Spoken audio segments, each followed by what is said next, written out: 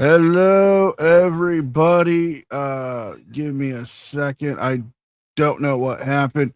Uh, DJ was here. I think he's having technical difficulties. He'll be right here with us shortly. Welcome, Cicero. Welcome, Jenny, and everyone else who's joining us tonight at the DNN Cinema Vault. Dude, you're late for your shift. Dude. Okay. I was outside. Sorry I'm late. I was throwing some trash out. Fair enough. I was out there. Look, yes, I know you love raccoons. I do. The second one, yeah, not bad. Still kind of cute and stuff. But 15 raccoons, dude. Don't you Hey. excessive? Okay, one, they all have names and they serve a very important purpose. Oh, I've got to hear this. What's that? Okay. You know how that guy's been stiffing us on deliveries for the snacks and bogarting the fucking movie deliveries? Yeah. I may or may not have been training the raccoons to get into the back of the truck and start stealing boxes of videos.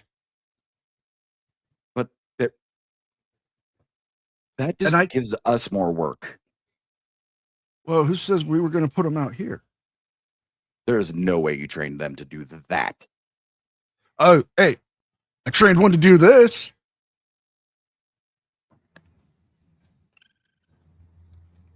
Oh, come on. It's Timothy. Oh, Timmy. What's up, buddy? Hey. Timmy. Show DJ what you got behind your back. Yeah. You weren't expecting a cold one, were you? Oh, dude, never mind. Good job as always. Todd's gonna have a heart attack, but good job as always, sir. Nah. Remember that crawl space? Got it cleared out for him. That's where I hide stuff. That would explain why Georgie was fucking tweaking out.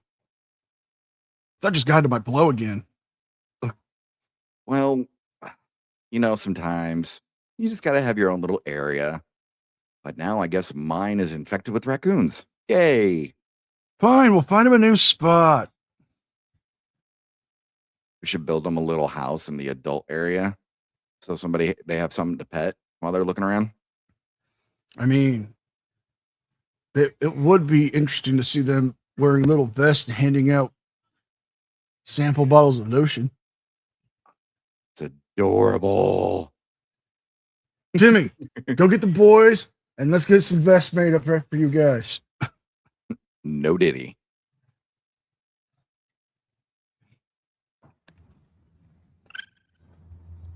Oh, good boy. He's such a good boy. I changed my mind about it. Besides, I also may or may not taught them to stick a banana in Todd's tailpipe. Oh, wow. You're really out here doing Beverly Hills Cop stuff, aren't you? Well, I was bored. You got to do the opening shift and then nobody's showing up. Yeah. We got to put a sale up or something. True. Well, you fine folks have stumbled in while we were having our, unprompted morning briefing. But let's talk about some vampire movies. You want to talk about vampire movies? Jenny loves vampire movies and werewolves. It's funny. Awesome. That's a great segue to what we were going to talk about for our first movie, Underworld. That's right, ladies and gentlemen. We are talking about Underworld, the Kate Beckinsale classic from 2003. I love this movie. How about you, my dude? Oh my God, such a great movie. It literally changed up the whole vampire werewolf mythology. Oh, absolutely. Like, they stayed true to some of the classic forms, but like changed it around enough where it's like, that is bad ass. I mean, now, what was your personal favorite scene in that movie? Ooh. I gotta say it's the one where Celine is saving Michael and she like shoots the floor and there's this fucking werewolves coming in and you're just like, oh, this is bad ass. Like they did it on a lower type budget and dude, it rocks so hard. Oh, me personally, and I've got the scene pulled up and I got it queued up. The Oh, introduction of Victor. oh, where he was like when he's fully back or like when he gets out of the thing. Like you had homeboy who was like his second in command, and that Craven, little yeah. blonde girl, like talking that Erica. Celine left. You know, Bill Knightley just kills it in this fucking scene with Yeah, barely Bill Nye is speaking. awesome. I'm gonna pull this up here. We're gonna react to this scene. Something we're gonna try. We're gonna try to start. Yeah, Bill Knightley. We're gonna Bill Nye. Okay.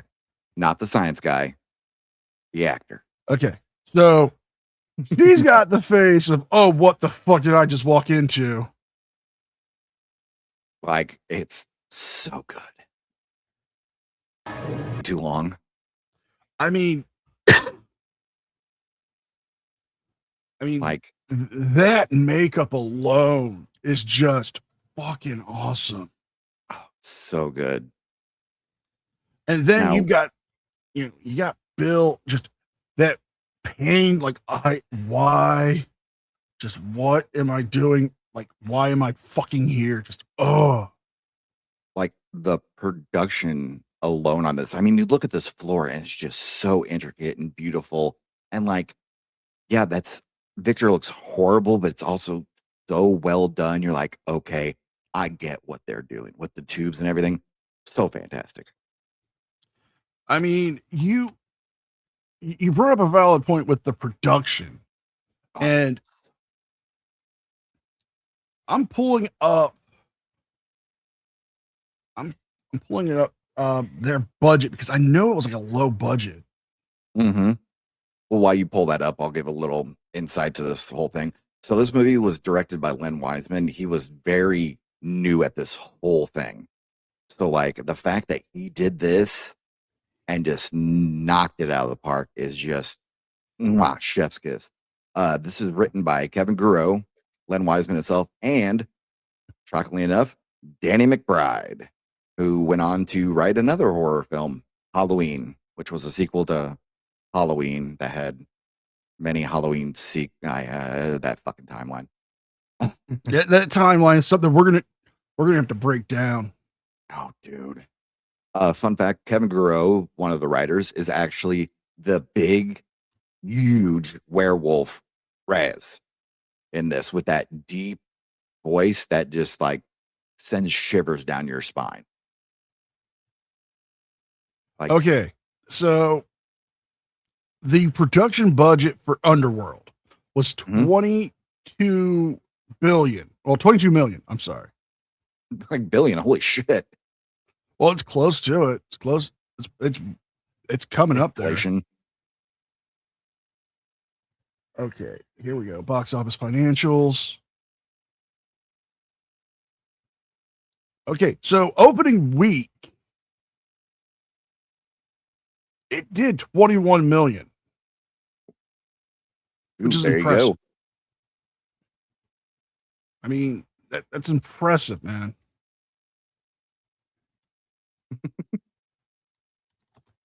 Lisa, that is correct. What's really important here is these vampires don't fucking sparkle. Yeah, it was about Yes, they don't. $22 million. Mm-hmm. It brought in worldwide 95 million. Woo. I mean, again, the production details alone, like you said, you got the intricacies of the floor. You've got the makeup effects of Nick the Top. Nico the Topless. I'm trying to pronounce his name fucking right. Whenever I hear that name, I think of Godzilla. Well, that's the joke. Is Yep. It's Tatopolis. But like, yeah, from the costumes, the special effects, like the CGI, yeah, you can tell it's from then, but it still holds up decently. Oh, I know.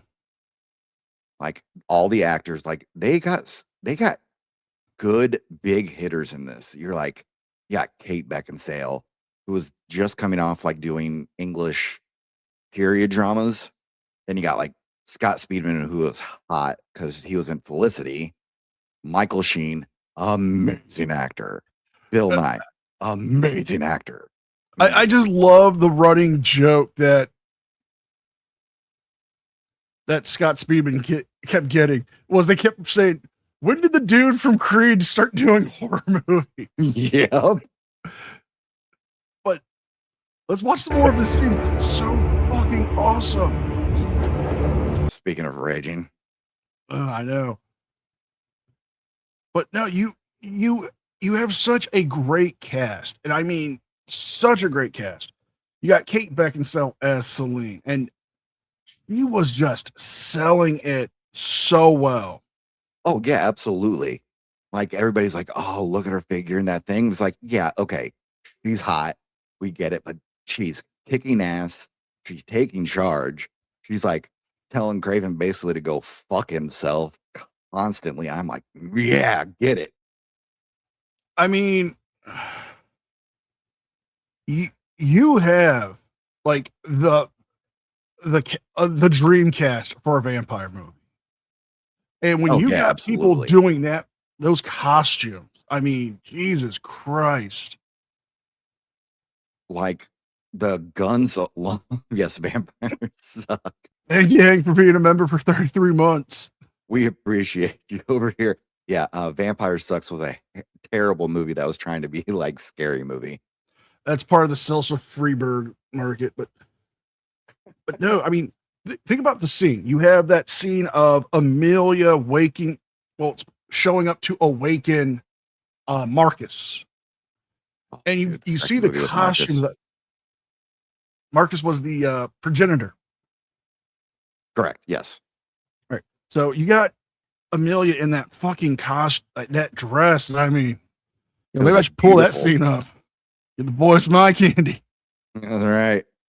Well, the funny thing is, so with this movie, like all the music you hear and all the rock, there was a certain person that did the vocals for all of it, but it didn't get used because they're thinking like it might have blown out the scene. That person actually was Amy Lee from Evanescence. They've released a couple of the tracks, and dude, just that early 2000s rock, kick ass, emo goth, just oh my god, it Oh was so God, don't get me amazing. started.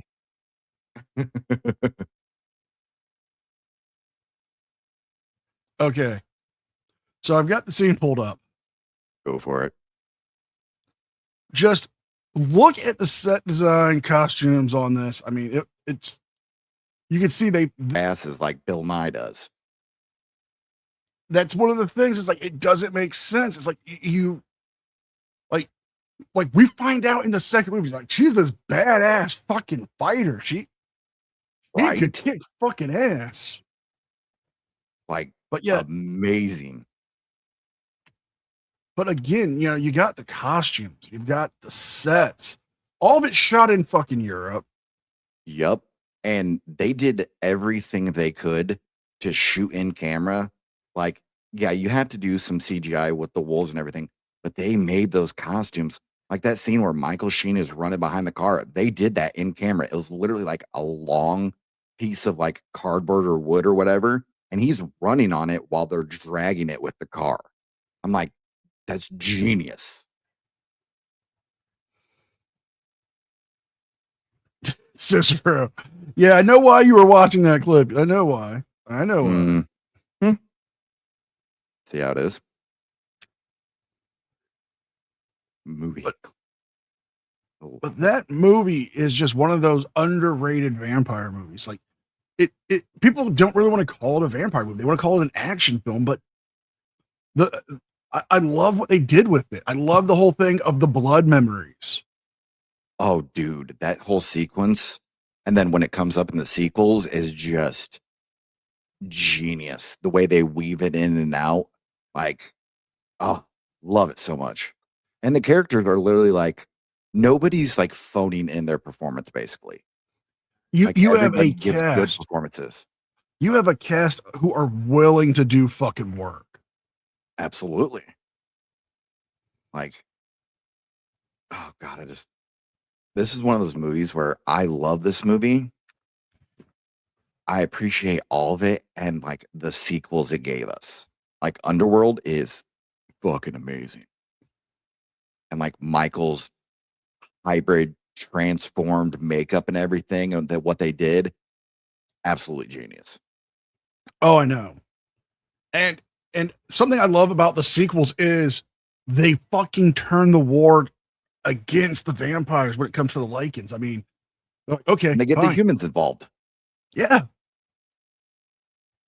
It's like And it's and the genius. whole thing was they weren't really going after humans anymore like the fucking Lycans were. Yeah. Like the Lycans were just going after this one dude, but like they're snatching up a bunch of people in the bloodline. And it's like, this is so interesting on how they're like, the vampires are really not the normal vampires you kind of think of are just going out and slaughtering everybody and drinking everybody's blood. These ones are more like, I would say, supernatural police. Yeah. And Because the think only about it, reason, yeah, go for it. they were going off of synthetic blood. Yeah, which was used to great effect in True Blood. Like my favorite scene in like it's shouldn't say like my favorite, but it's this great scene is, you have the dude working with Lucian being brought in by Selene and like, okay, you tell him what you just told me. And he's just like, Oh yeah. have you ever heard the tale of our progenitors? The Have you ever sons of heard the tale Alexander of Corvinus? so good? And then And then just we get that reveal. No, there was a third son, yep. and that son was passing down the bloodline with the ability to either become both Lycan and Wolf. Not like Lycan and Vampire. I'm like, oh, Like they don't even say werewolf in the movie. I don't believe. I think it's just Lycans. well, no, they do say werewolf Do because they? yeah, because Victor says, I know it. One bitten by bat, one by wolf, one to become a raging beast, and the other to walk cursed into the night. I know the fairy tale, boy. Yeah, And but then mm, he goes into, well, there we were looking for the heir, the descendants of Alexander Corvinus. He's like, if you want a descendant, he's right there. He's like, there was a third son. Oh shit. and then he punches that dude in the fucking face and just knocks his jaw off. It's like, ooh, that's good. And then like there's that whole scene in a building with the underground where you kind of don't understand the layout, but you're like, okay, whatever.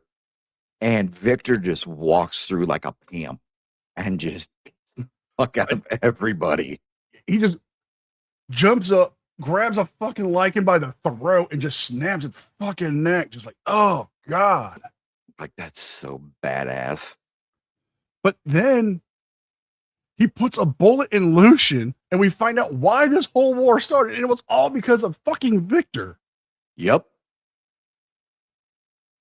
Like Victor has like very ooh, how do I want to go about saying this? Let's phrase it this way. Victor would have loved Jim Crow laws. There you go. Thank you. Okay. That's yeah, he's Mr. Pure Blood. And his Even voice though in this is just that scene though of Lucian telling Kate Beckinsale to just bite him. yeah. Like you can turn him now, and then he will have the strength of both. None of our weaknesses. And like Lucian's goal was kind of like Lucian was not really the bad guy. Oh You no. find out the vampires are. It's like, ooh, I like that twist. But no, I mean, you find that out in Rise of the Lycans that Mm-hmm. Lucian was the first Lycan because everything else was just werewolves. No. He's not the first Lycan. Yes, he is. Lucian? No, it was Marcus is the first. No, Marcus was the first vampire. Oh, His brother vampire, William Lycan. What was the hell am I first thinking? werewolf. And Yes. when he would bite somebody, they wouldn't become a Lycan; they would just become a werewolf. That's right. So Yeah. Oh God. Lucian was born from a werewolf. Yes, that's what it is. Thank you. Yeah, But I Rise just of love the that he Lycans could is control so good. both Lycan and werewolf. That's fucking awesome. Yeah, and I love how they kind of separate that. Like Lycans they are more intelligent. They keep their faculties. They just don't go bloodlusting all the time. And then you got the lower ones who do that. And I love the kind of separation of it. It's genius. It's Again, twisting mythology. Again, that scene in Rise of the Lycans with Lucian and Roz. Mm-hmm. It's like I don't bite much. Yeah. And they that banter they had, you can tell those guys like they were playing off their energy. Oh, absolutely. There was no doubt about it. It was just pure, like, they loved working together. They had a great chemistry and they just knocked it out of the park. I wish we would have seen more. I agree.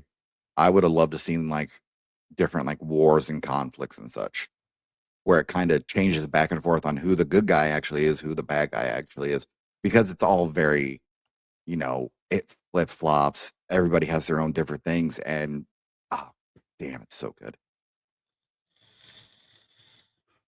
I mean, the how the story progressed in all the sequels. Like we got a little bit more and a little bit more in each of the movies. Yeah, I wish Scott Speedman would have came back for some of those movies, because the way they kind of handled it was kind of like, eh. And then they had the daughter, but like still damn good movies. Fun movies. That's what they are. They are fun. It's the term popcorn movie. Yes. That's something we're going to have to talk about one day. And a popcorn movie is just a movie where you have 90 minutes of just, I don't have to think. I can just sit back and enjoy. Yeah, it's exactly what it is. You're entertained. They give you some stuff to think about, but it's not like heavy handed on you. It's just like, here, we got a little message in it. Have a good time. It's going to be awesome. Amazing special effects, amazing costumes. Kate Beckinsale kills it. I mean, just kills it. Oh. Why don't we move on to our next movie? Because this is going to be a bigger movie we're going to be talking about. Oh, yeah, baby. Are you ready for this one? Please introduce the next movie.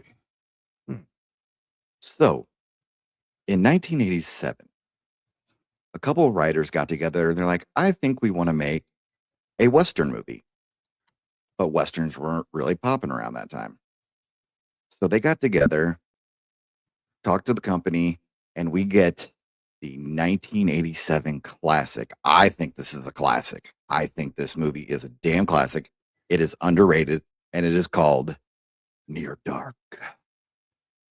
My God, is this a great movie? It is one of, if not one of the best fucking horror movies to come out of the 80s. Oh, I agree 100%. This is going to be a hot take. A lot of people are going to be like, I think Near Dark is better than Lost Boys. You know what? I would agree. Like, I love Lost Boys. It's a great movie. But Ooh, I got to address a comment here really quick. Lisa, you said the Lost Boys are better, but you hate sparkly vampires. They sparkle in that movie, Lisa. They glitter.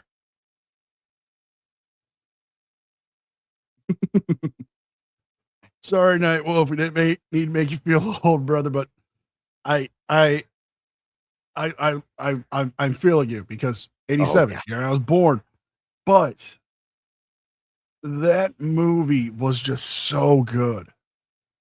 Oh, I In mean, fact, I'm bringing up the trailer. oh, please do. Absolutely.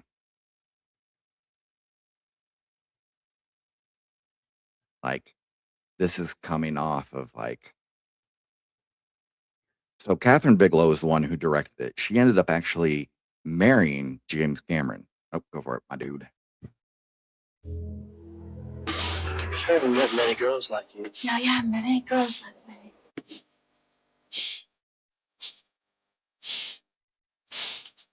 I mean, you don't think this is a vampire movie Nope, not at until all.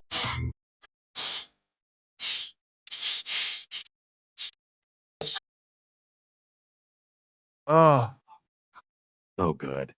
I mean,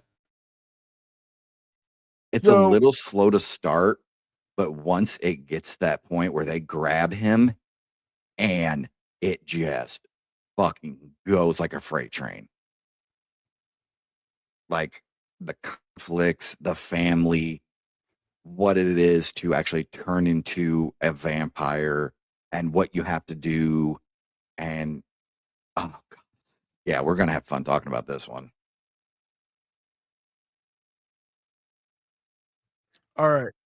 So you have Lance Hendrickson playing the lead vampire. Jesse Hooker, baby. Then you have his you have his fucked up adopted vampire family.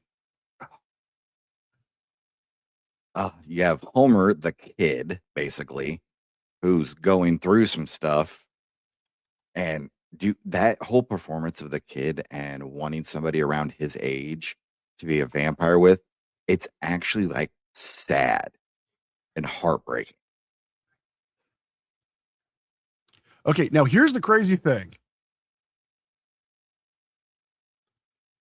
You have Janet Goldstein playing Diamondback, Jesse's wife, Kills it. who Kills it. who by the way, those two did a little movie together called Aliens. Along with these, basically, I think the man who steals the whole show, Bill Paxton, may he rest in peace, who plays Severance. Oh Which- my god. I mean, you have Bill Paxton in there, you have Lance Henriksen, you have Tim Thomerson. Yep, you have Adrian Pastar, who went on to star in Heroes, and in the beginning, like if you haven't watched it, you think he might be the vampire because of what he's saying to May, and then it just turns and she just yoink. Oh, so good. I mean, Joshua James Miller, who plays Homer, he killed it in a lot of different movies. Like he was absolutely. awesome in Class of 1999. That's right. So the funny thing is, he actually has a connection to another very famous vampire movie. His half brother is Jason Patrick, who was the star of Lost Boys.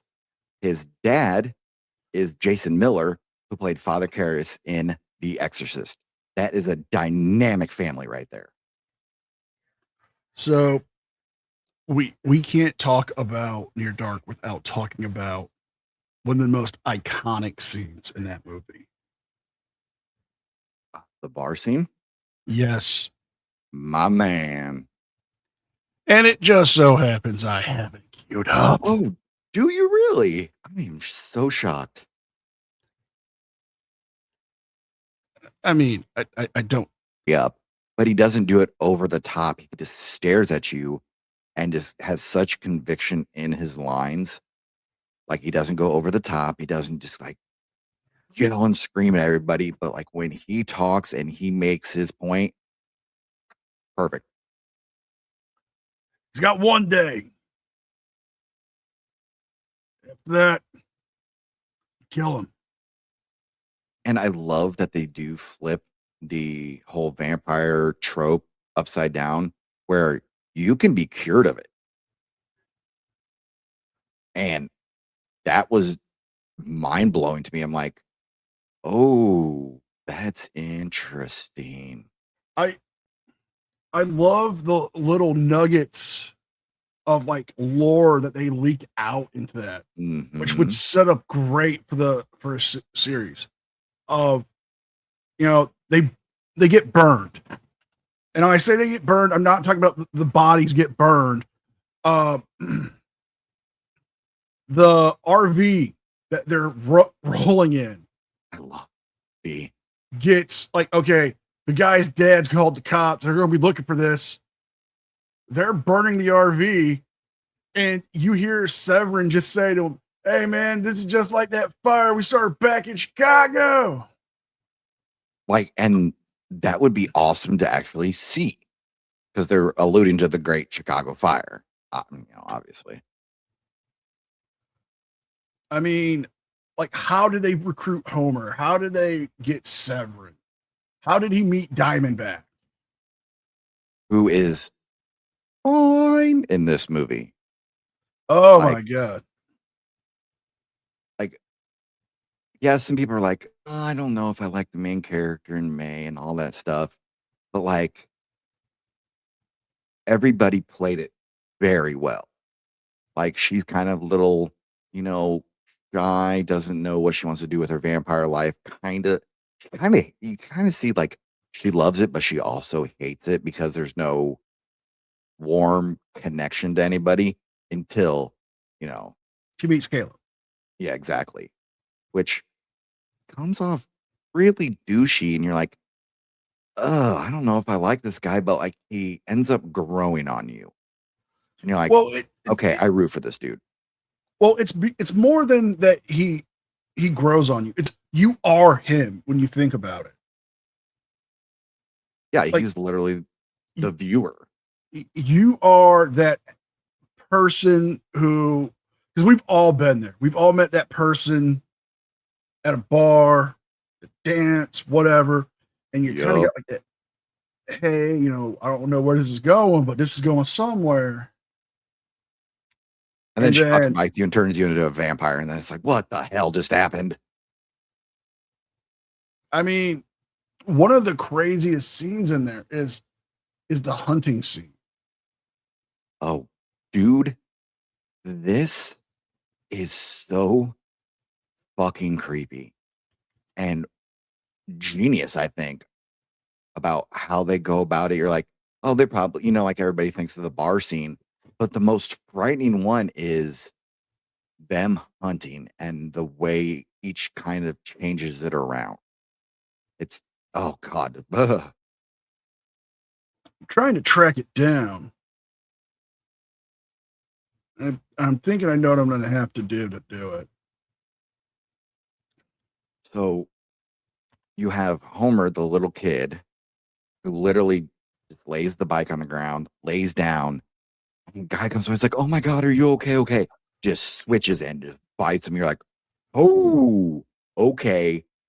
Oh, because I thought like there was an actual kid hurt, and then you see it's him, and just, oh, yeah. And then you got Jesse and Diamondback just kind of drive, and they're like, huh, what's that car over there? Somebody wants a hitchhike. And he's like, hey. And then all of a sudden they pull guns on him. And just Jesse and Diamondback give each other this look and just start smiling. Turns the radio up because they're about to fucking tear them apart. Oh, Okay, I found it. yes.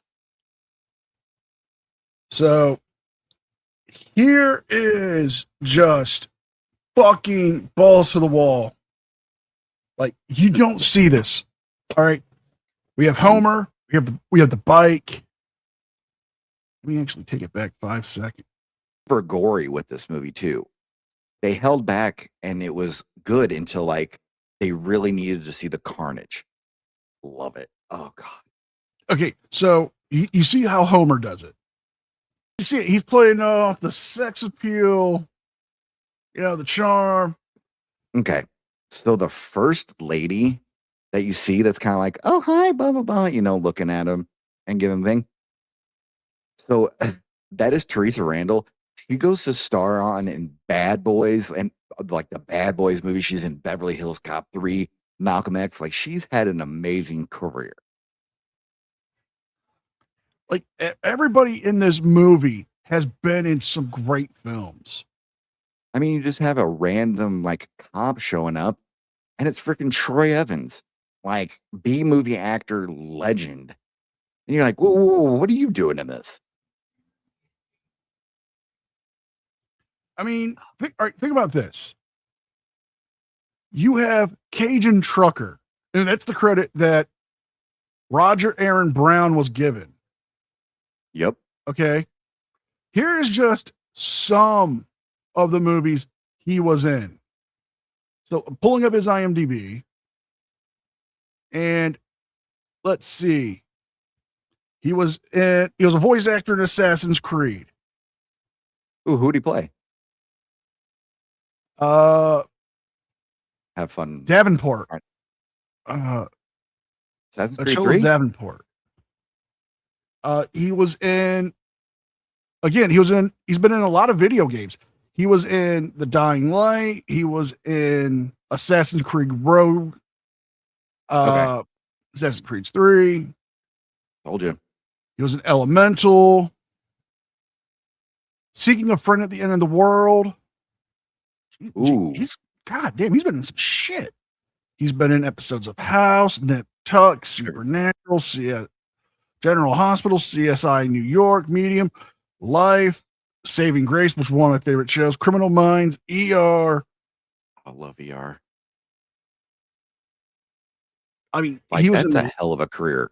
Like his career, like I'm nowhere even near the middle. I mean, Jesus, man.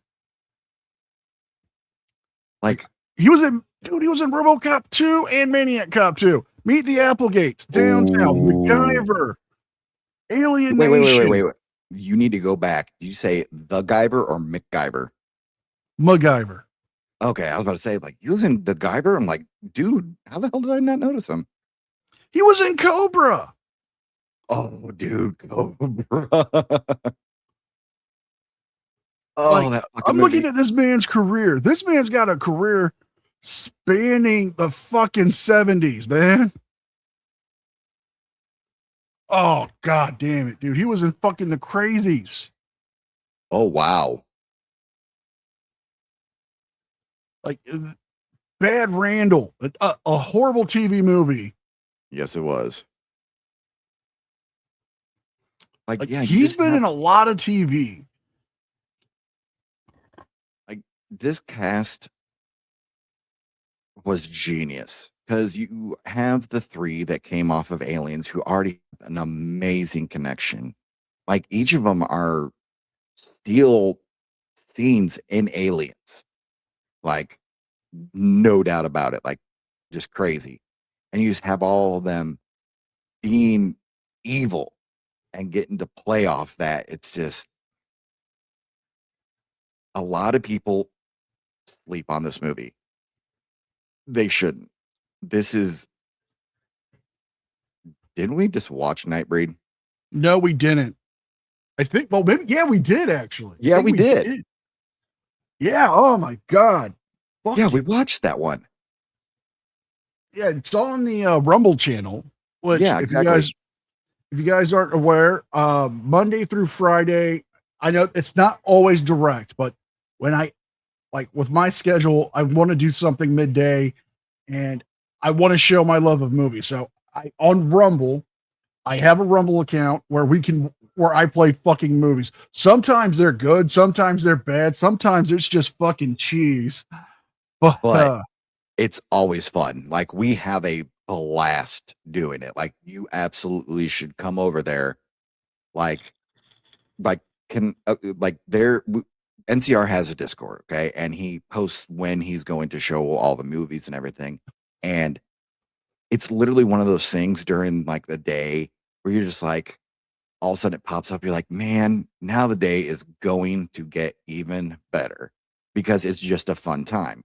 We both kind of do things like that. Like this is like I'm new to this. So I have my own channel, but I'm actually starting a thing on Discord. That I am going to basically play. Well, it says DJ Dark Lantern, but I am going to be a radio host basically on Discord for people who can chill out, listen to it during the day. They can make suggestions. And the plus side is for it, I'm actually playing what's called Clone Hero. It's the PC version of Guitar Hero. So I'm actually playing it while doing it. Like you will love all the stuff here. It's so fun. Now, I do get requests for some bad movies, and one of them I'm definitely going to have to play. Hey, Sergeant, is it's called Wolf Cop. Yes. And I like to play that one in October because it's such a bad movie, and not like bad as in it's horrible. It's bad because it's so good. Oh, dude, it's We have a sheriff deputy called Officer Lou Garou, which, if you're unfamiliar with your werewolf lore, Lou Garou is the Cajun term for a werewolf. And essentially, it is nudity, it is werewolves, it is law, and the sequel is even worse. Oh, it's so bad, but it's so fun. And that's what we're about here. We're about having fun. It's the movie that made me decide what I want to do when I grow up and be an adult. I want to be a wolf cop. Dude, mine was the Guyver. But let's check out how Jesse and Diamond. Y'all run from home. And here we have Roger Aaron Brown. Dude, we got suspended. Oh, for real? Yep. Damn it. Yeah, we are not on. Okay, and we're back, ladies and gentlemen. Well, it looks like so Jesse wasn't happy with what we were talking about. He kind of came to the store and he had to talk to us. We are not going to say things about his wife anymore. That's our bad. Jesse, please don't be mad. Yeah, he wasn't happy with us. You know, he might have tried to eat Todd. I mean, I'm not going to be complaining if he did that. Oh, shit. Oh, raccoons are back. Timmy, you're right. Todd would not be a loss to the store. I agree. He doesn't even clean the bathroom, dude. I know. Such a prick. Okay. So, sir, should we go on to our final movie? Let's go on to our final movie. Take One away, that has sir. been suggested to us by our very own lovely Lisa. You actually saw it at the movies. That's awesome. So, how many of you ever heard of a little film called From Dusk Till Dawn? I never have heard of it. What is that, sir? Well, it's a fucking phenomenal movie, and it was a pretty decent TV show. Yes, the TV show actually is really good. Uh, I am not a liar. That's right, ladies and gentlemen. We are talking about 1996 hit cult classic From Dusk Till Dawn. Now, it was written and directed. Well, it was directed by Robert Rodriguez, written by him, by Quentin Tarantino and Robert Kurtzman, starring Harvey Keitel, Juliette Lewis, George Clooney. You have a cast in here, which I'm going to have to go into. So we've got George Clooney, we've got Quentin Tarantino, we've got Harvey Keitel, Juliette Lewis, Selma Hayek, Danny Trejo, Fred Williamson, Michael Parks. You have John Saxton. You have Katie Preston, John Hawkes, Cheech Marin, baby. Cheech Marin playing, 3 different roles. You've got Danny Trejo playing the fucking bartender from hell. And you have the man, the legend himself, Tom Savini, playing Sex Machine. Oh, so good. I know I say that a lot, but like this is one of those movies where you're like, you watch it and you're just like, damn, this is a fun time. Like it starts off like, oh, are these guys serial killers and the going thing? Hour and a half in, boom, fucking vampires. Like, whoa, wait a second here. What the fuck just happened? Oh, Jenny, you are speaking fucking facts. And I have a very funny thing I will be talking about here in a little bit when it comes to that scene. I mean, I think I need to show why Selma Hayek was smoking in that movie.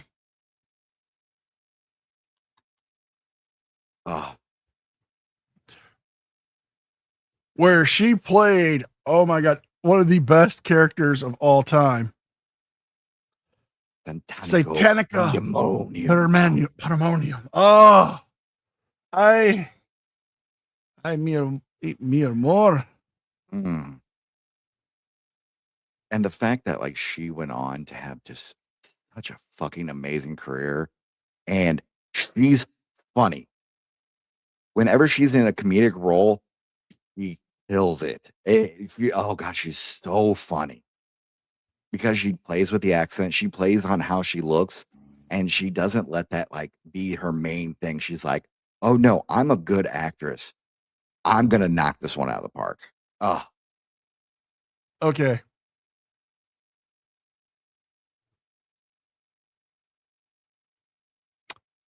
Bam. Oh God, look at her. Right now. She comes up to you.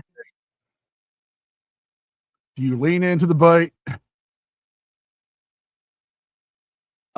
If she kept her face like that, but I'm not really into like snake women. Pussy.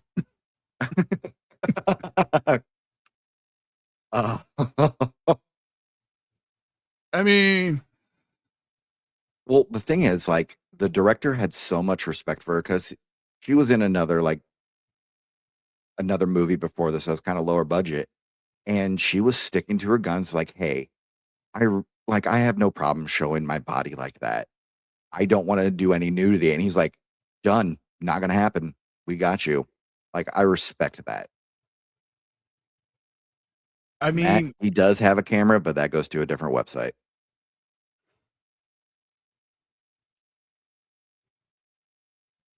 I mean, I could put my camera on, but I put my camera on. I'd have to go get my cowboy hat. Maybe one day you'll see us on camera together inside the studio. Dude, that is the dream right there. But let's get back to the get back to the movie because we can talk about Selma Hayek and her career all goddamn night. Oh yeah, absolutely. Like everybody here has had amazing careers.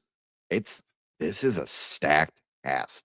I mean, Juliette Lewis 2 years before was doing Natural Born Killers and then turns around and does this and just plays the opposite of her character. And you feel for her throughout this entire movie. Like, one of my favorite scenes in there is her and her adopted brother in the back with Richie. Oh God. Where are we going? Mexico. What's in Mexico? Mexicans. Yeah. Mike, and Tarantino plays a perfect creep in this movie. I mean, Tarantino had his own career as a director and a movie writer, Yeah. but the for me, what draws me into this is you don't know what's going to happen next. No, Like, it not opens at all. up. You have, this rinky dink little hole in the wall fucking gas station, and you have The legend Michael Parks. Michael Parks comes in. playing Texas Ranger Earl McGraw, Yep. and just, yeah, we're looking for those gecko boys. And Do you want kill. a little fun fact about Michael Parks? Hmm. So during the 50s and 60s and such, he was a very prominent actor until there's a little commission which we're going through Hollywood and trying to find out which one of them are communists. And he got blacklisted because he's like, I'm not going to answer your stupid fucking questions. And they blacklisted from him. Tarantino and Kevin Smith, like when they got their careers, going, they're like, we want to put Michael Parks in everything we can. So that's why Michael Parks is in a bunch of Tarantino films, and he's in Kevin Smith films as well. They love the actor, and even the small parts he plays, he has a gravitas to him. He killed it in Red State. Oh, dude. We're going to have to talk about Red State one of these days. Okay. Here's something that's going to blow your mind. Do you know what his character name was in Kill Bill? I think it was wasn't it the same name? Earl McGraw. Yep. Like, he plays all the same characters. So does this take place In the same after universe. Kill Bill? I'm thinking it does. That's kind of weird. I mean, he was in Argo. He was in Django Yep. Unchained. He was in some great movies. I mean, he plays multiple roles in Kill Bill. And you can't even tell. He plays Earl McGraw in Kill Bill 1 and 2. Then he plays Esteban. That's right. Which, that was so creepy. Ugh. But the chick with the scar on her face and her mouth open, it's like, ugh. So with this, we're following George Clooney as Seth Gecko and his brother Richard Gecko, which what they call him Richie. And they rob this grocery store and just literally just pull a bullet in Michael Parks' head. And it's like, oh, we are off to the races here. Turns into a gunfight. They burn down the store. And Blow it this up. whole time, as they're burning down the store, you have Seth and Richie just arguing with each other About the stupidest fucking things. Like, why I can't told you. be better? Yeah. I told you not to pull your gun and to do this. You didn't see what I saw. He was mouthing help. Meanwhile, there's a woman kidnapped in the trunk of their car. Yeah, just, random lady. Like, hey, how are you? And then they go to the hotel with the old guy who does not give a fuck about what they want. Like, George Clooney was in ER and he did this. And you could tell, like, this dude was going to skyrocket. And because he has an energy and just a presence about him, obviously we know now.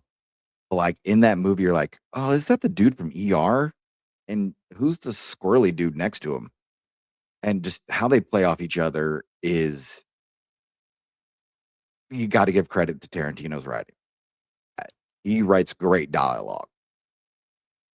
And I mean, we go from them being at the hotel, and then we get the Fuller family. We get Jacob, we get Kate, we get Scott, and it's like the dad. The mom's passed away. The dad was a preacher. He's a lapsed preacher. The kids are trying to get him to fall back in line, but they end up going to this hotel. Seth finds out after doing a food run that Richie has his own issues to deal with, and Oh, I got some stuff to say about that. Richie non-consensually hugs a woman. Yeah. Let's just put it that way so we can stay friendly with YouTube so they don't fucking try to pull us down again. Again. I mean, then they go and they kidnap this family.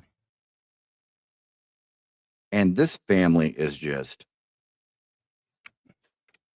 the acting is superb with them. Like, you literally believe that Harvey Keitel is just this old, broken down creature, and he just wants his adopted kids, just to have a good life and just be good people. Well, Scott was the only one that was adopted.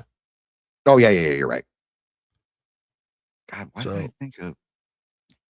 Oh yeah, you're right. Yeah, But, because like- Kate was him and his wife's, but they adopted. And they Scott. don't like act like he's adopted. Like, they don't play like, oh, you're just adopted, blah blah blah. No, there's actual love there. There's actual caring there. Like, they like each other. I mean, this is Harvey Keitel literally coming off of doing Get Shorty, one of Yep. the best mob movies out there. Movie is so funny. Like, wasn't this after Reservoir Dogs as well? Yeah, this was after Reservoir Dogs because, all right, you got From Dusk Till Dawn coming out in '96. Then you got Get Shorty coming out in '95. You had Yep. Pulp Fiction where he played the Wolf in '94. Great role. 93 Dangerous Games. Ooh, yeah. Like, the dude is a phenomenal actor, and Going down to 92 where he played in Bad Lieutenant. Same year does Reservoir Dogs. which, genius movie. Like, I'll give Tarantino credit for that one. Like, for all for all the things I want to say about Tarantino, the dude can write and direct. I mean, this movie is so good. So they make their way past the border where we get Cheech Marin's first character, which is just border guard. And he has the great scene with Juliette Lewis when he's searching the Winnebago. And he opens the door and she's like, "Do you mind? I'm trying to go." to And the he just bathroom." slowly Oh. closes that door. Like, "Oh, all right, you creepy bastard." Okay, so then we have Seth telling Jacob to go to the titty twister, Yep. which I know if you looked at the thumbnail, you saw it say kitty twister. Well, that's what they would put in the TV airings of Yep. From Dusk Till Dawn. And which leads to Cheech Marin's second character as the bouncer and like announcer dude. Who actually has a name? Does he really? Yes. I gotta look up how to pronounce this because I want to do it justice because I'm a perfectionist. Do you want to put it in the private chat and I can give it a try? No, Please no, me. no. I got it. Because what do you think a vampire? Well, let's just call it what it is. Hype man for a Aztec vampire nightclub gonna be called? The Titty Twister. No, what's he going to call? What's the hype man's name? Just take a wild guess. Rodrigo. Chet Pussy. I'm not making that up. Well, they don't say it in the movie. Is that really his fucking name? I'm Oh, putting that's it in so the bad. side chat here on how they say his name. And oh, it's been rejected. I can't say that word. I'll put it Let in me the try private this. chat. I want to see what it's how it says. Okay, there it is. It's in the side chat Gotcha. now. That's how they spell Chet. Yeah, that's how you spell Chet. I mean, come on. Come on. Like, what? I'm gonna call that dude Chet. Chet. Chet sounds like he mows the lawn on Sundays, and then takes the dog out. Has a nice Sunday brunch with his family. His wife has a drinking problem. Things like that. No, not this Chet. This Chet's out there telling you if you can find cheaper to fuck it. I mean, The one-liners in this movie, dude. so we get there to this club and we start seeing the rest of our cast. We see We see Danny Trejo. We see Fred Williamson. We have the amazing scene with Tom Savini and Greg Nicotero, who's from K&B, who does all the special effects and everything. I mean, you have just so many people. You have the amazing band in there, which is Tito and the Tarantula. I mean, you look at this cast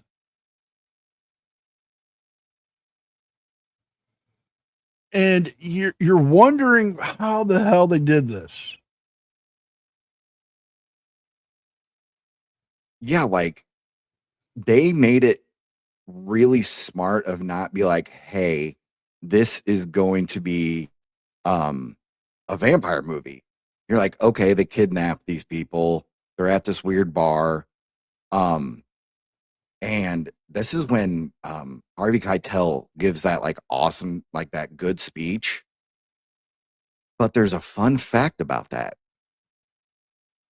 So everybody knows Pulp Fiction. Classic Yes. movie. Just I love that movie. But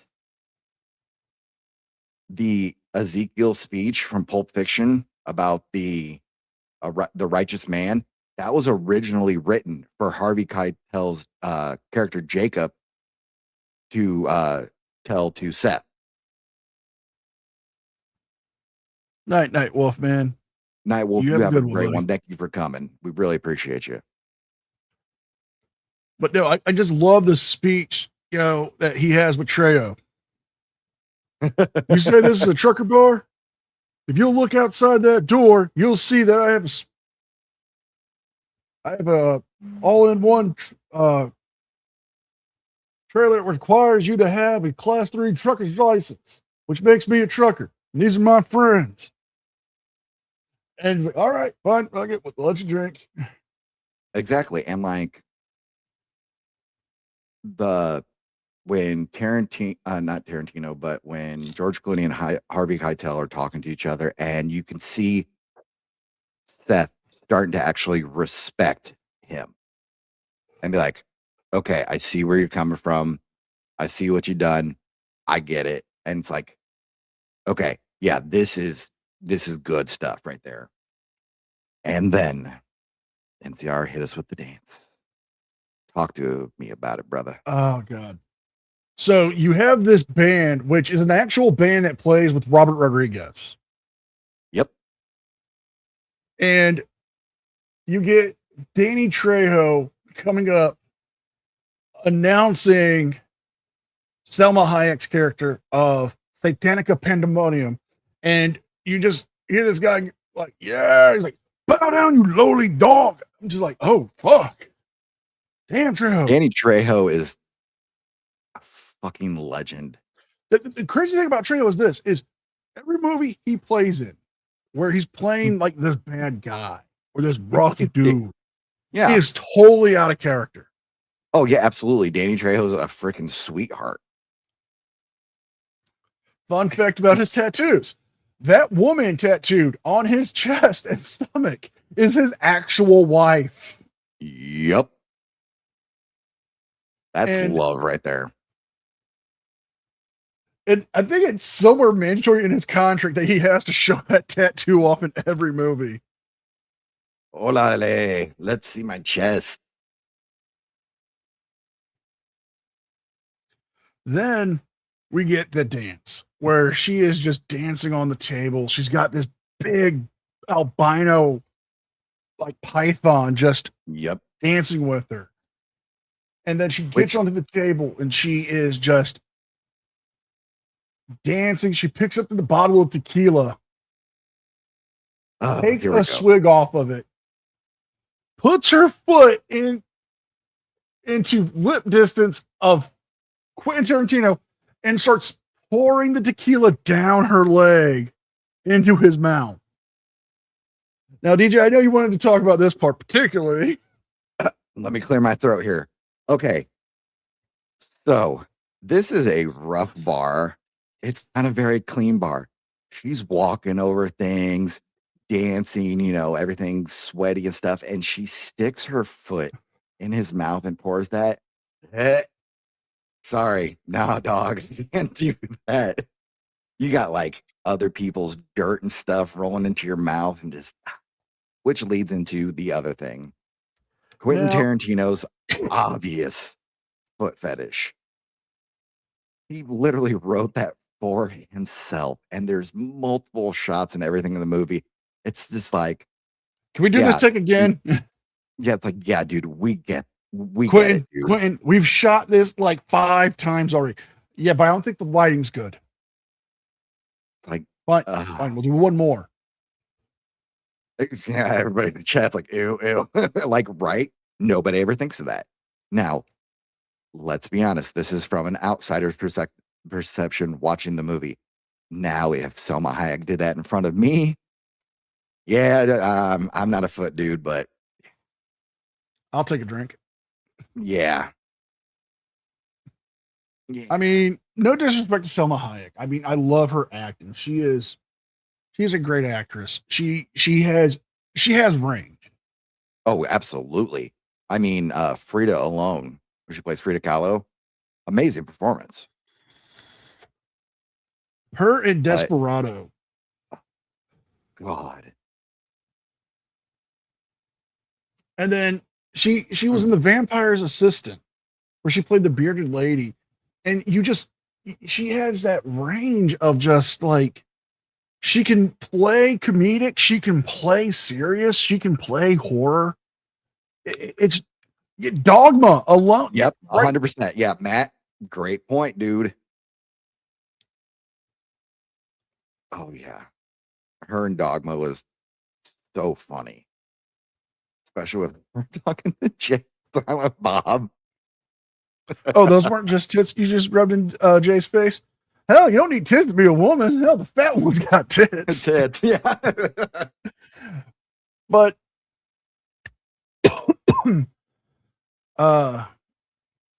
And then we the we shocking see reveal. we see Trejo, we see Cheech, and we see the bouncer start fighting with them. Not Seth, but Richie already has a gunshot wound in his hand that they just duct taped up, And then he squeezing gets it out. stabbed. Well, Heather gets stabbed, and then you see Selma Hayek just jump on him and start biting the hell out of him. And then it's just like, okay, What the fuck? all the women are turning into fucking vampires. And she has this great line to Seth where, like, at the end, she basically goes, "Welcome to slavery." He goes, "No thanks. I already had a wife." It's like, yeah. Hold on. So we get this great makeup reveal of her just throwing her head back, and you see this, like, the CGI was good for it, but then Yeah. you get this change of like beautiful body below the neck. Above that neck, though, is just Snake Lady. That's a bag issue right there. Then, you see everybody getting torn up and bit and eaten. The band is using human body parts to play their instruments. Which And then, I'm watching that. I'm like, they had those with them. They couldn't make that like right that quick. No, they had those with us, which is, good on the band. They're prepared. yeah, see, you gotta know your audience. But you get this scene, and again, DJ brought it up. Seth is on the ground. She is standing over him, and she's in her normal human form, and she's just like, "I'm not gonna kill you. I'm gonna make you my pet. You will be my footrest. You will lick the shit off my boots. You will eat what I give you, and it will be the scraps of whatever I can fucking find. Seeing as you are my pet, you need a name. How about Spot?" Then we get this cut to Seth getting the gun ready, and then back to her in snake form going, "Welcome to slavery." Then that great line, "No thanks. I already been married." Bam. And shoots the rope holding that chandelier and just impales her. And it's like, oh, we are off to the races for that. Like, so good.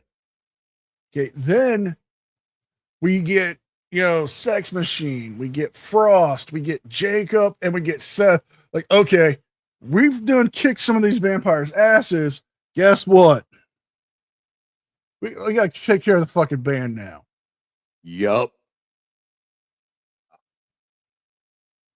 Like, that whole scene, it comes out of nowhere. And then it just ratchets to 100. And it's like, oh, this is fucking awesome. And then, like it starts to calm down, and you're like, Carlos goes, "So what? Were they psychos or?"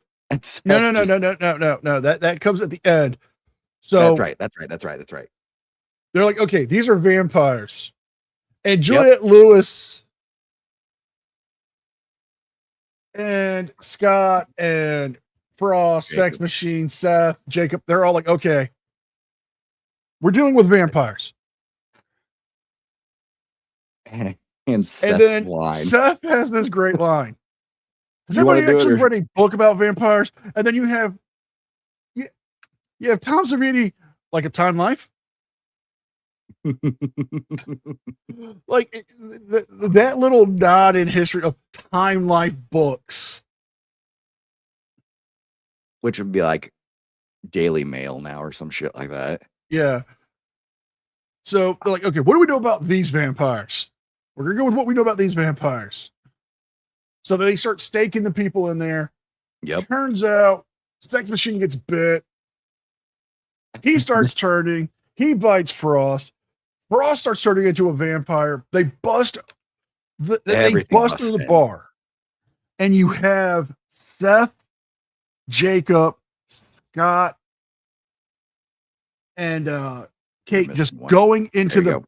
deeper and deeper into the fucking bar, where we find out, okay, It's a they've been doing this for temple. quite a while. They've been raiding Yeah. the trucks to see what they can sell and steal. I mean, it's a good racket. I mean, So I'm training the raccoons for it, allegedly. Mm. But Like, I love Seth's line where he's like, where Jacob goes, "Does anybody know what's going on here?" And Seth's like, "I know what's going on. We got a bunch of fucking vampires out there trying to get in here and suck our fucking blood. And that's it. Plain and simple. I don't want to hear anything about, I don't believe in vampires because I don't fucking believe in vampires, but I believe in my own two eyes. And what I saw is fucking vampires. Now, do we all agree what we're dealing with here is vampires?" Like, nails it on the head. Just like, everybody sit back, have a fun time. It is now a fucking vampire movie. Great. so we get this scene of them just arming themselves up. They find squirt guns, they find condoms. Seth finds a jackhammer, starts making let's just call it what it is, a gas propelled fucking staker. Yup. And I like that he starts blessing everything and they're cutting like crucifixes into the bullets.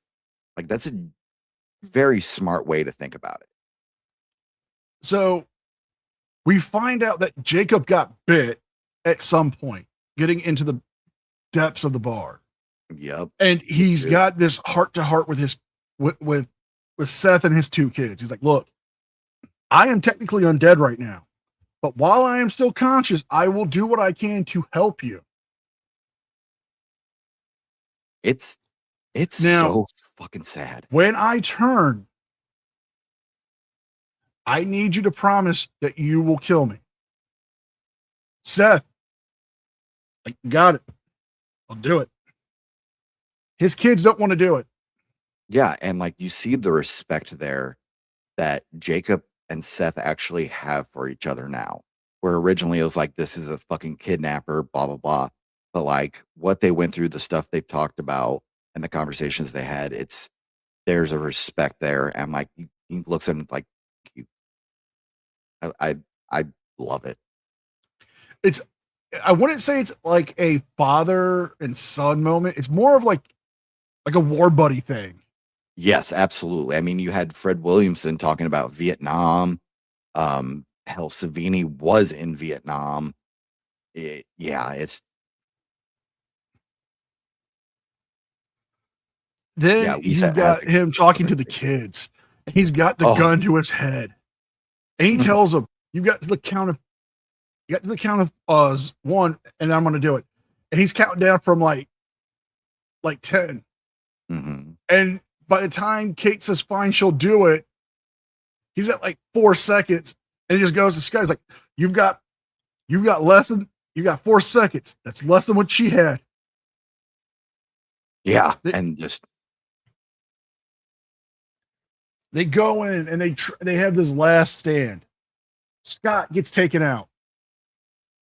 Harvey Yeah, in Keitel, a Jacob gets horrible taken out. fucking way. Oh, yeah. So Scott takes out his father, and then he gets taken out in a fucking brutal way. I mean, like, yeah, everything's been kind of messed up, but like, they really went to town on him. Like, oh. So Then you have, you have go ahead, Seth sorry. and you have Kate mhm. just trying to fend off a pack of fucking vampires. Which, by the way, they only had like 10 costumes. Yeah, like, they had to do some like very cool behind the scenes trickery to like see if there was more and everything. It's like, it's very in camera, smart, old school techniques. I So dug it. you have like scenes of like 4 or 5 coming at them, and then when you see the exterior scenes of them underneath the disco ball and Mhm. the circle of them, that is CGI and practical. That is people in costumes, and they just made doubles with them in CGI, and they're circling them. And it's really well done. Like, really well done.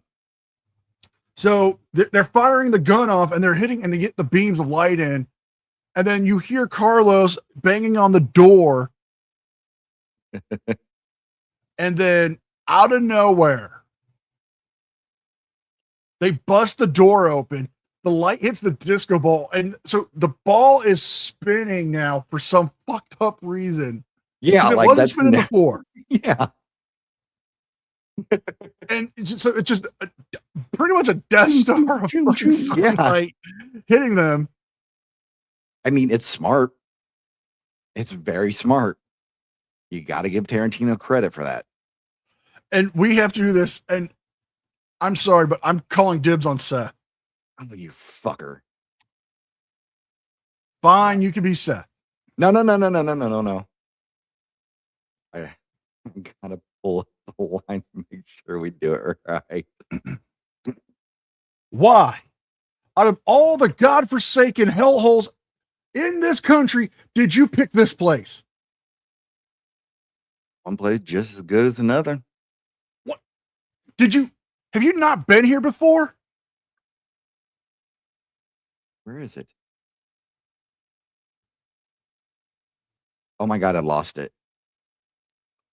I figured it's open from dusk till dawn. I mean, what were they? Psychos? Did they look like psychos? Is that what they looked like? They were vampires. Psychos do not explode when sunlight hits them. I don't give a fuck how crazy they are. Lisa, that one was for you. And then, the negotiation. Like, her whole family is gone. My brother is gone. It's like just them going off into the sunset, basically. With a great map painting they have of the bar and the Aztec Pyramid. temple and all the trucks underneath it and everything. Just chef's kiss to that. I mean, this was a movie. Like, the time frame they had to shoot it, the budget they had. Yep. It was one of those things that you would think, no, they had to spend like a ton of money on it. No, it was low budget. It was a tiny budget, but that is the beauty of Rodriguez and Quentin Tarantino. You give them a budget and they'll make you a movie. Oh yeah, Desperado alone was a very low budget film, but a very great looking, sounding, and acting film. Like they knocked it out of the park with this one. Like it's why it's a classic now. It literally is a classic. It's not cult status anymore. This is a classic. Okay, I'm gonna ask you something.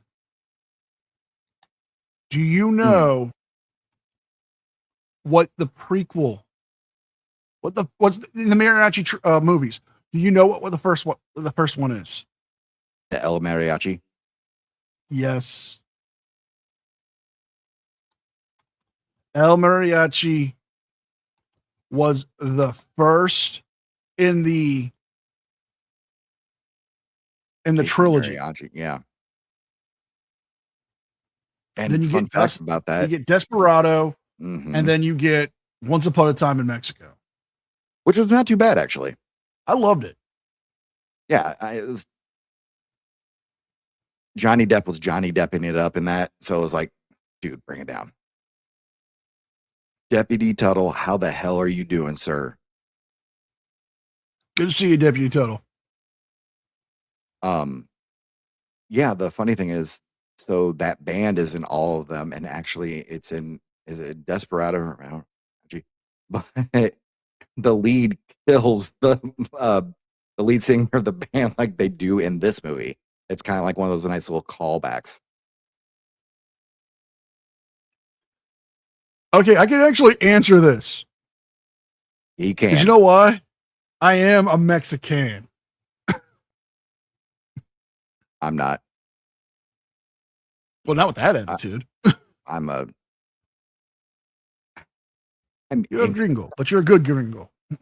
I'm English and Irish, so one part of me wants to drink, the other part doesn't want to pay for it. No. I am a Mexican on my dad's side. I'm half, but I just love I love those movies and the budget. Okay, they had a budget of $19 to $20 million. Domestic box office was $25.8 million brought in. Worldwide, 25.8 brought in. Yeah. That's So not it didn't do super well, but it did make a profit. But when it hit home video, hell, in our store, it still goes out the freaking door all the time. It made bank. That's why it became a cult classic. I mean, you have such a phenomenal cast. You have like the scenery alone draws you in. The music brings you in. There The is dialogue. nothing about that movie that is not good. Like, I mean, the Tarantino. That's just me. But no, you are right, though. It's literally one of those movies where if you see it playing, you're like, yeah, I'm watching.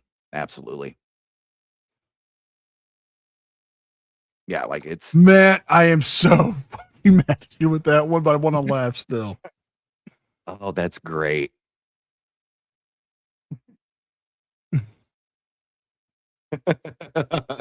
But This fucked up image in my head.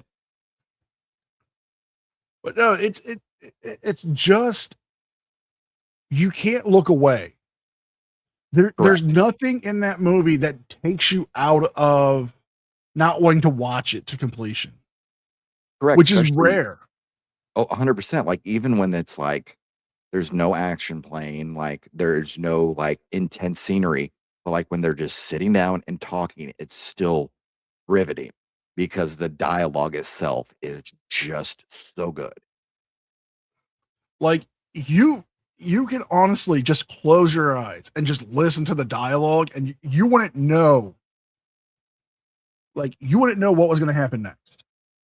Like most movies, you hear the dialogue, and it's something like, especially in the 90s. We were at the tail end of the late great action movie decade.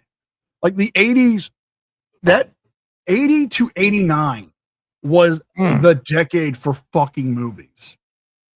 Horror, action, oh, God, Comedy, drama. Like such good movies. You had so many great movies. I mean, you got the freaking heavy hitters of the 80s in horror movies. Like, you got them then. Sort of. I mean, like, Halloween, yeah, it was 79, but, you know, bleh. But, like, 80, such a good decade for movies. Yes. Yes. 100% yes. Love Air Force One. Get the hell off my plane. I am the President of the United States.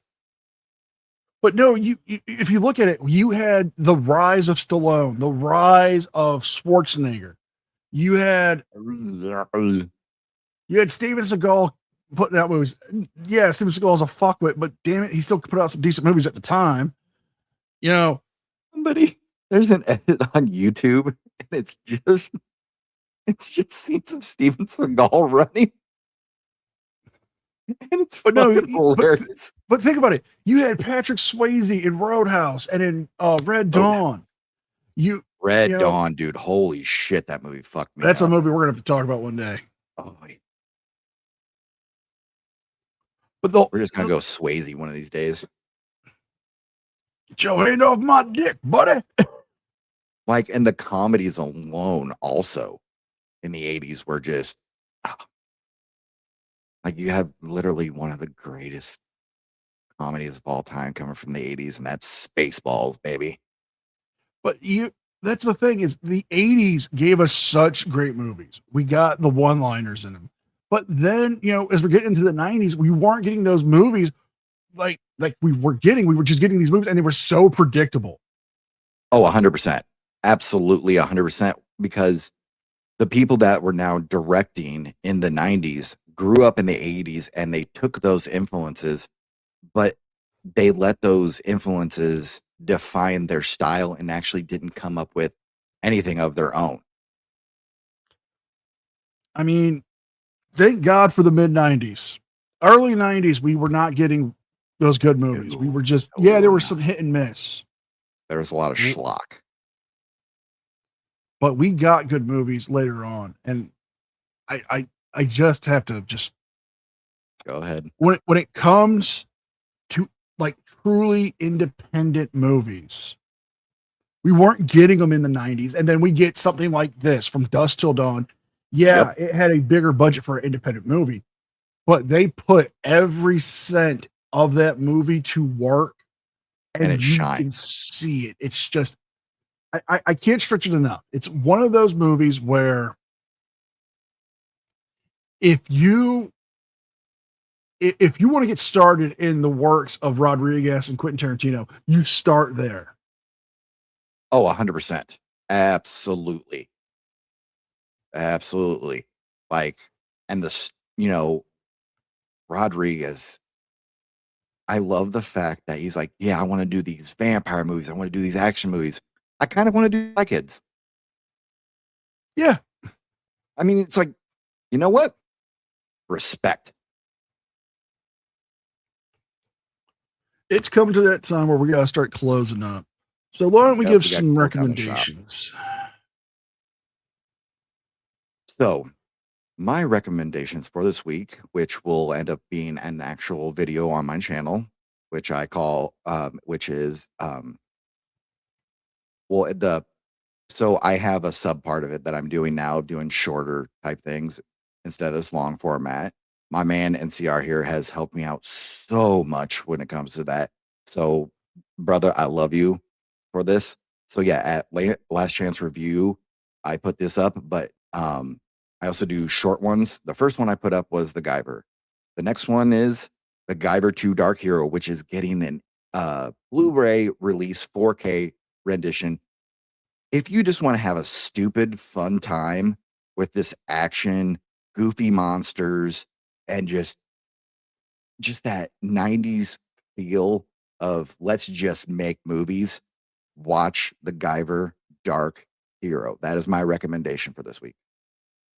Also, if you want to hit DJ up with a little bit of a donation to help him out for the hard work he's putting in with this, I have his Cash App in the ticker here.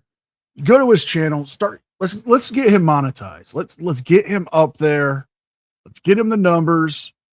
We can do this. I everybody who subscribes to me and watch the videos that I put out, from the bottom of my heart, I want to say thank you so much.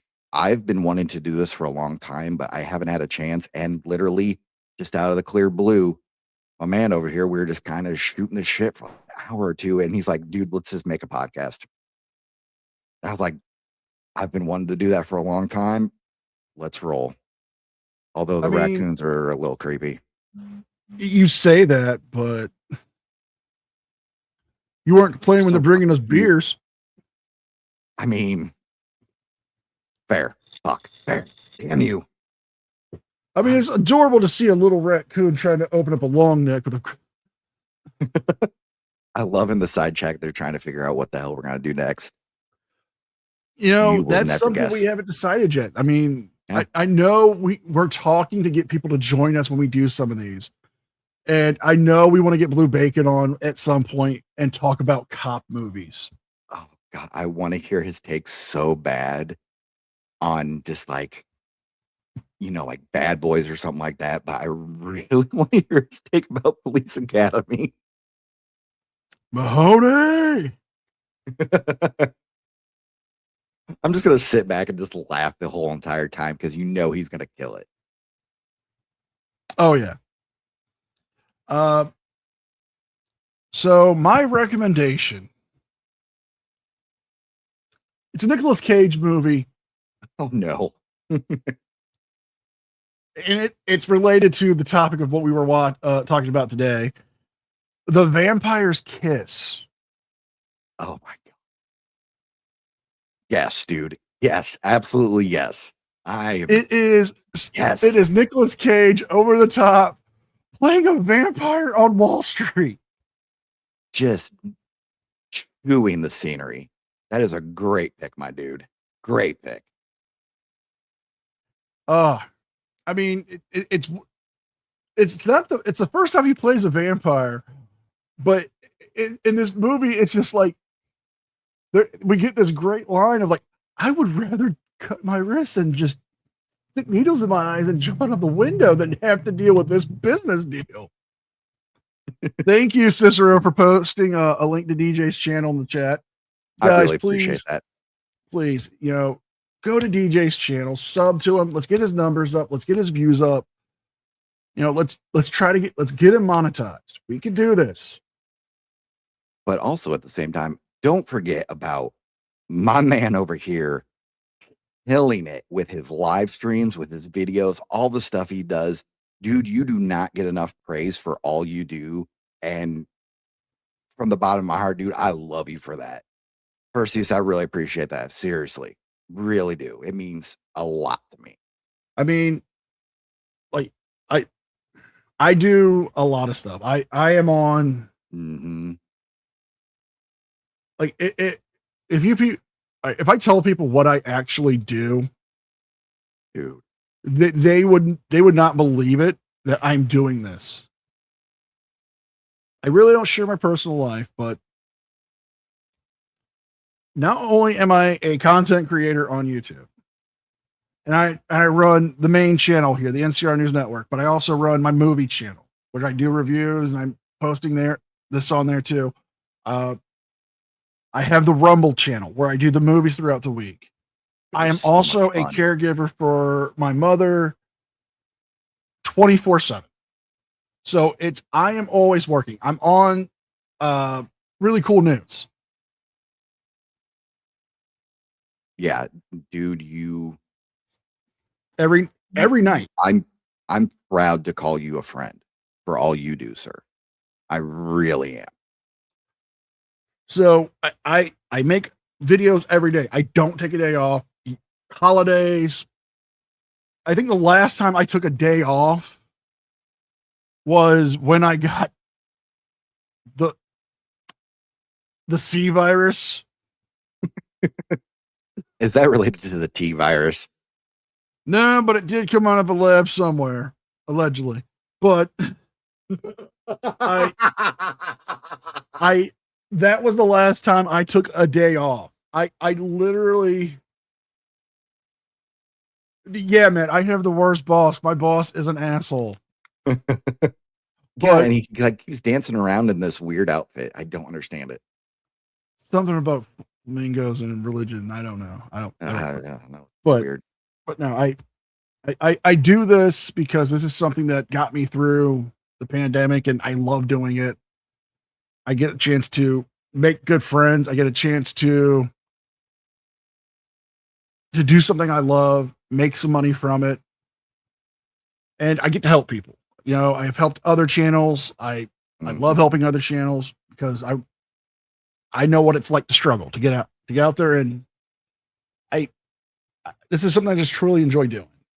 Absolutely, dude. That's why we love you, man. Well, we're gonna get out of here, folks. It's time to close up the shop. Are you cleaning the back room, the spicy videos, or we haven't Todd do that? I thought we were getting an intern to do that. We got turn, damn it. Fuck it, leave it for Todd. But Fuck Todd. in the immortal words of Elvira, Mistress of the Dark, Until next time, unpleasant dreams.